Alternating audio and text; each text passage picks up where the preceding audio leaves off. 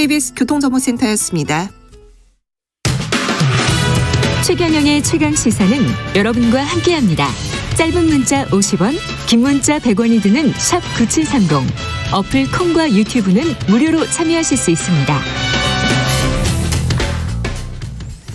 네, 월급 봉투는 사라진 지 오래고요. 예, 급여 명세서라는 거가 있죠. 예, 이거 그 인터넷이나 뭐 문자나 뭐 이런 걸 통해서 받고 있으실 텐데 받으면 얼마나 자세히 읽어보시는지 모르겠습니다. 대체로 지급 총액과 공제 총액만 확인하는 것 같은데요. 저도 그렇습니다. 이번 달 19일부터 급여 명세서 지급이 의무가 됐다고 하는데요. 이게 어떤 내용인지 직장 갑질 119 권호연 변호사님 전화로 연결돼 있습니다. 안녕하세요.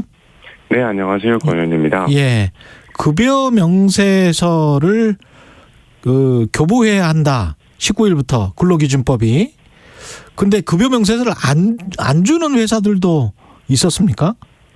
네, 맞습니다. 네, 잘 아시다시피 지난달 이번 달 19일부터는 임금이 지급될 때 반드시 임금 명세서를 교부해야 하고요. 예. 공식 통계는 없는데 민주노총의 조사 결과에 따르면 일하는 3명 중 1명이 임금 명세서를 그동안 못 받고 있었습니다. 아, 그렇군요. 예. 그러면 못 받으면 어떤 문제들이 어떤 불이익이 있을 것 같은데요?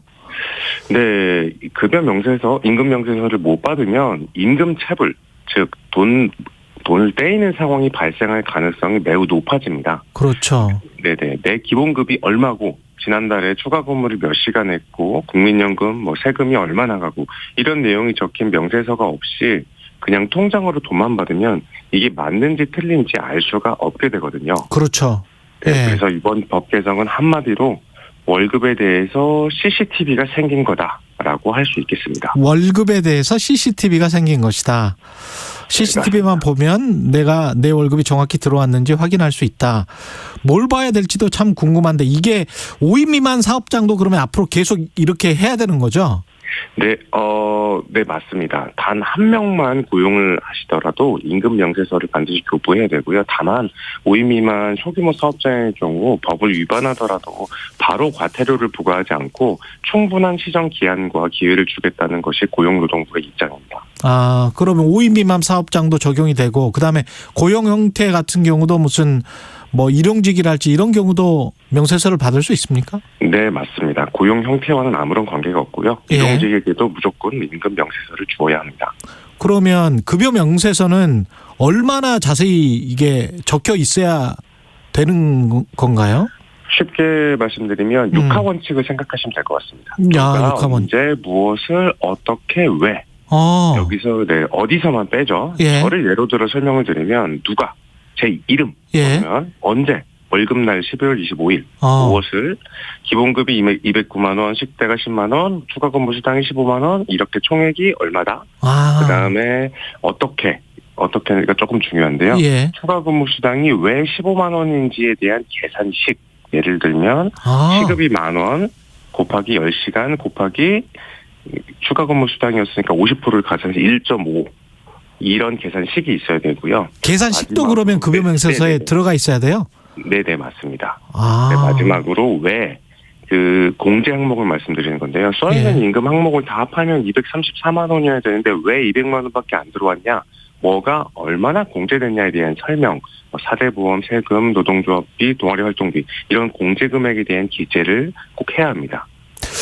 생각해 보니까 그게 없으면 이게 그 회사에서 정확히 준 건지 안 준 건지 확인이 안 됐었군요. 이제까지는. 네, 맞습니다. 네, 예. 그런 사업장의 3분의 1이었던 거죠. 예. 그러면 소득세랄지 뭐 4대 보험료랄지 이런 것도 다 구체적으로 적혀 있습니까? 뭐 연차 수당이랄지 뭐 이런 것도. 네, 그런 수당 같은 것들은 넣어야 되는데 말씀하신 소득세나 4대 보험료 계산 과정은 조금 복잡할 수 있거든요. 그런 것까지 다 적으라라고 하지는 않습니다. 이번 법의 개정에서는.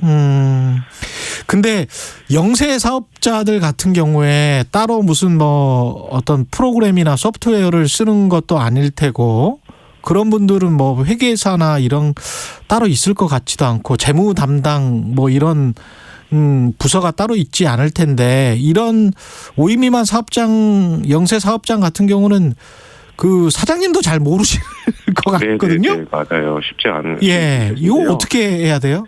다행히도 예. 지금 제 청취자분들께서는 핸드폰을 드셔서 예. 고용노동부를 네이버 다음 구글 어디서든 검색해 보세요. 고용노동부. 예. 네, 이번에 아주 잘 만들어놨는데요. 팝업이 바로 뜹니다.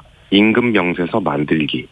제가 한번 해봤거든요. 진짜 쉽습니다. 그냥 항목들에 그 기본급이 얼마다, 식대가 얼마다 이렇게 금액만 넣고 예. 클릭하면 PDF 파일을 바로 딱 만들어서 다운을 받을 수 있게 해놨습니다. 그러면 그 그걸 파일을 보내면 끝납니다. 네, 말씀하십시오. 그렇게 한 다음에 그러면 근로자들에게 노동자들에게 주면 되는 거예요, 사장님은? 네, 맞습니다. 아, 그렇구나. 그러면 네네, 그거는 이제 네. 원래 계약서대로 그 총액에 맞춰가지고 이렇게 쓰면 되는 거네요. 네, 그렇습니다. 예. 그러면 급여가 한 달에 한 번 나오는 경우도 있지만 뭐 두 번 나오는 경우 있잖아요. 따로 뭐 수당이랄지 뭐 이런 것들 때문에. 네네네. 급여 명세서도 그러면 두 차례 교부됩니까?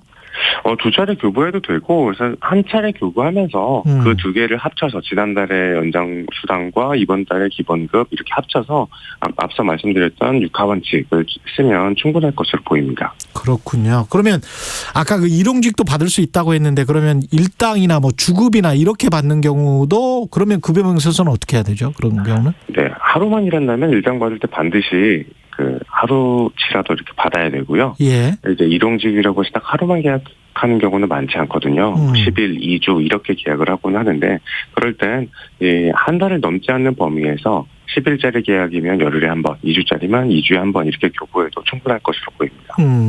그 큰 회사들 같은 경우에 뭐 가령 KBS 같은 경우는 뭐 인트라넷이라고 해서 사내 정보망 게시판을 통해서 이제 급여 명세서를 줄 거란 말이죠. 네네. 근데 작은 회사들 같은 경우는 그런 게 분명히 없을 거예요. 네네. 그러면 이제 문자 메시지나 뭐 이메일이나 이렇게 주는 건가요? 이건 상관없습니까? 네네네. 이 고용노동부가 보도자료에 따르면 예. 이메일, 문자, 카톡, 인트라넷에 개별적으로 접근해서 열람하는 것도 전부 인정을 해주고 있습니다. 아, 그러면 아까 그 사장님들 같은 경우에 나 어떻게 하는 건지 모르겠다라고 하면 고용노동부 홈페이지를 가서 팝업창에 뜨는 뭐라고요? 그 이름이?